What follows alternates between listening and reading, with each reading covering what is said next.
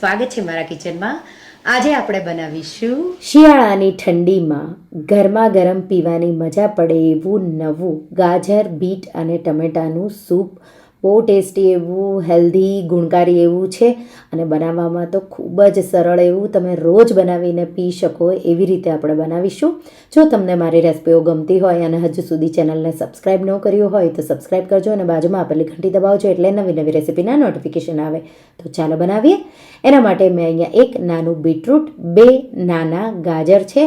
જો જાડું ગાજર હોય તો એક જ લેવાનું છે અને 5 ટમેટાં. તો દેશી કે તમે નોર્મલ જે ટમેટાં લેવા હોય એ લઈ શકો છો.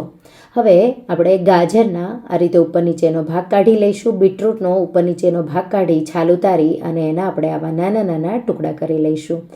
તો એ જ રીતે આપણે ટમેટાના પણ પીસીસ કરી લઈશું અને ટમેટાનો ઉપરનો ભાગ આ રીતે કટ કરી અને જેટલા તમે બીટરૂટના ટુકડા કર્યા હોય એટલા જ આપણે એના પણ ટુકડા કરી રેડી કરી લઈશું. ગાજરની મેં છાલ ઉતારી લીધી છે. એનો જે વચ્ચેનો ભાગ છે એ આપણે કટ કરી અને એ કાઢી લઈશું. તો એ ભાગમાં થોડું હીટનું પ્રમાણ એટલે કે એ ભાગ ગરમ હોય ગાજરનો એટલે એ તમારે કાઢી લેવાનો. તો જો તમને ફાવતું હોય ગરમીવાળું ખાવાનું તો તમે રાખી શકો છો, નહીંતર પછી તમારે એ ભાગ કાઢી લેવાનો. હવે ત્રણેયને મેં આ રીતે ચોપ કરી રેડી કરી લીધા. હવે પ્રેશર કુકર લેશું અને એમાં આપણે તો હું બાઉલથી પણ મેઝરમેન્ટ તમને કહી દઈશ. તો એક મોટો બાઉલ ભરી ગાજર, એ જ બાઉલ 1/4 કપથી થોડો ઉપર બીટના ટુકડા અને એ જ બાઉલ ભરી આપણે 2 થી અઢી બાઉલ જેટલા આપણે ટમેટાના ટુકડા ઉમેરી દઈશું. સાથે આપણે લીલા ધાણાના ડાળખા, તો પાછળનો જે ભાગ હોય એનાથી બહુ સારો એવો સૂપનો ટેસ્ટ આવશે. તો એ મેં ધોઈ ઉમેરી દીધો છે. લગભગ એ પણ 1/4 કપથી થોડો ઉપર છે. એક ટુકડો આદુનો, 4 જેટલી લસણની કળીઓ. નાની છે, લસણ ન ખાતા હોય તો સ્કીપ કરવાનું, પણ ખાતા હોય તો ઉમેરજો, બહુ સારો એવો ટેસ્ટ આવશે. અને 7 થી 8 આખા મરી, 1/2 ટીસ્પૂન જેટલું મીઠું અને 2 કપ જેટલું પાણી ઉમેરી દઈશું. તો પાણી આટલું જ ઉમેરવાનું છે, વધારે નથી ઉમેરવાનું. તો 2 કપ જેટલું પાણી ઉમેરી અને આપણે 3 વિસલ મીડિયમ ફ્લેમ પર કરી લઈશું અને પછી આપણે પ્રેશર નીકળવા દઈશું. કુકર ઠંડુ થઈ ગયું, પ્રેશર નીકળી ગયું. આપણે ઢાંકણ ખોલી લઈશું અને એકદમ સારી રીતે ટમેટા, ગાજર અને બીટરૂટ બફાઈ ગયા છે. આપણે હવે બ્લેન્ડરના મદદથી આપણે એને બ્લેન્ડ કરી લઈશું. અહીંયા તમે મિક્સરમાં પણ પાણી થોડું નિતારીને એમાં પણ બ્લેન્ડ કરી શકો છો, પણ બ્લેન્ડર હોય તો એકદમ ઇઝીલી તમારા વાસણ પણ બહુ નહીં બગડે અને એકદમ ઇઝીલી તમે આ રીતે બ્લેન્ડ કરી શકશો. તો આ રીતે બ્લેન્ડરથી હું જેટલું બને એટલું સ્મૂધ આ રીતે કરી લઈશ. લગભગ 1 જ મિનિટમાં સૂપ તમારું આ રીતે બ્લેન્ડ થઈ રેડી થઈ જશે. હવે જે ટમેટાના બિયા અને સ્કીન હોય એ આપણે ગાળવાના છે.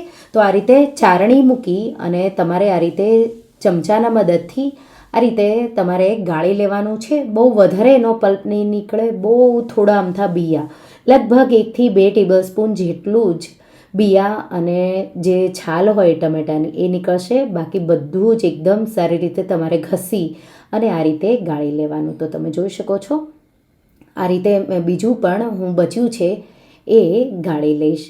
તો એકદમ સરળ એવું છે. તમે ડાયરેક્ટ આ રીતે તમારે જો ગાળવું ન હોય તો પણ તમે આ રીતે પણ પી શકો, પણ જો બધાને ન ફાવે એટલા માટે હું ગાળી રહી છું. બાળકોને જો બિયા અને સ્કીન મોઢામાં આવે તો એ લોકો નથી ખાતા હોતા, એટલા માટે મેં આ રીતે બધા જ સૂપને ગાળી લીધું. હવે આ રીતે સૂપને મિક્સ કરી દઈશું. તો સૂપ છે એ વઘાર કરવો ઓપ્શનલ છે. તમે આમનામ ડાયરેક્ટ એને બોઇલ પણ કરી શકો. હું માત્ર થોડું અમથું ફ્લેવર માટે 1 ટીસ્પૂન જેટલું ઘી, એમાં 1 તજનો ટુકડો અને 2 લવિંગ, 1 ચપટી જેટલું જીરું, બહુ વધારે નથી ઉમેરવાનું. ગેસની ફ્લેમ સ્લો રાખી અને સૂપ જે આપણે ગાળીને રાખ્યું છે એ ઉમેરી મિક્સ કરી 5 મિનિટ માટે ઉકાળીશું.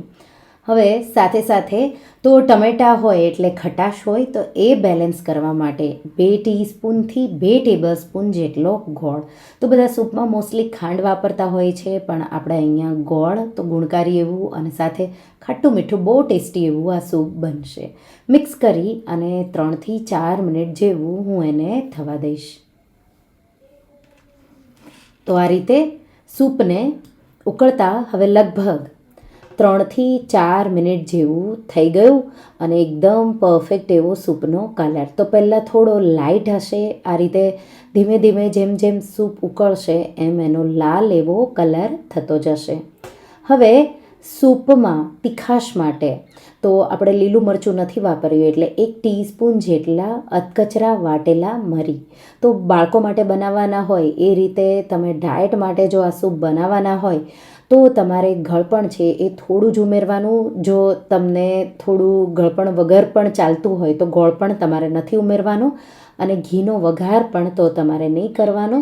તો એ તમે ડાયટ માટે પણ સૂપ બનાવી શકો. રૂટીનમાં તમે આ સૂપ બ્રેડ સાથે શેકીને કે પછી હું હંમેશા મસાલા ભાત કે પુલાવ બનાવતી હોઉં છું, તો એ સૂપ સાથે બહુ સારું એવું લાગે છે. તો સૂપ આપણું ઉકળી અને થીક એવું રેડી થઈ ગયું અને ગેસની આંચ મેં બંધ કરી દીધી. બીજા ગેસ પર આપણે ટોસ્ટને 2 સાઈડ ઘી લગાવી અને થોડા મેં ક્રિસ્પી કરી લીધા અને સૂપ આપણું ગરમા ગરમ સર્વિંગ બાઉલમાં કાઢીશું અને ઉપરથી થોડું ફ્રેશ ક્રીમ, તો ઓપ્શનલ છે, મલાઈને થોડી ફેટી આ રીતે તમારે ગાર્નિશ કરવાનું છે. પણ જો ડાયટ માટે તમે પીવાના હોય, રૂટીનમાં રોજ પીવાના હોય તો ક્રીમની બિલકુલ જરૂર નથી. અને તમને જો થોડો ચટપટો એવો ટેસ્ટ જોવે તો થોડો ચાટ મસાલો પણ તમે આ સૂપમાં ઉમેરી શકો છો.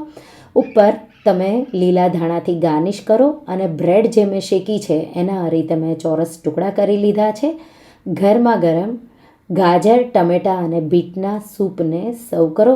તો ટમેટાનું સૂપ તો તમે બહુ જ બનાવતા હશો, રેસ્ટોરન્ટમાં તમે સૂપ બહુ જ પીતા હશો, પણ જો ઘરે આવું સિમ્પલ અને ખાસ કરી અત્યારે આ સિઝનમાં આ સૂપ ઘરે બહુ સસ્તું અને રોજ તમે આ ઘરે જ બનાવીને પી શકો એવું રેસ્ટોરન્ટ કરતાં પણ ટેસ્ટી એવું ગાજર બીટ ટમેટાના સૂપની રેસીપી ટ્રાય કરજો અને મને કહેજો કે તમને કેવું લાગ્યું. તો તમને આ રેસીપી કેવી લાગી મને કમેન્ટમાં જરૂરથી જણાવજો. અને જો રેસીપી ગમી હોય તો વિડીયોને લાઇક કરજો, શેર કરજો અને મારા ચેનલને સબસ્ક્રાઈબ કરજો. અને આવી જે નવી રેસીપીઓ માટે તમે બેલ આઇકન બટનને પ્રેસ કરજો. Thank you for watching.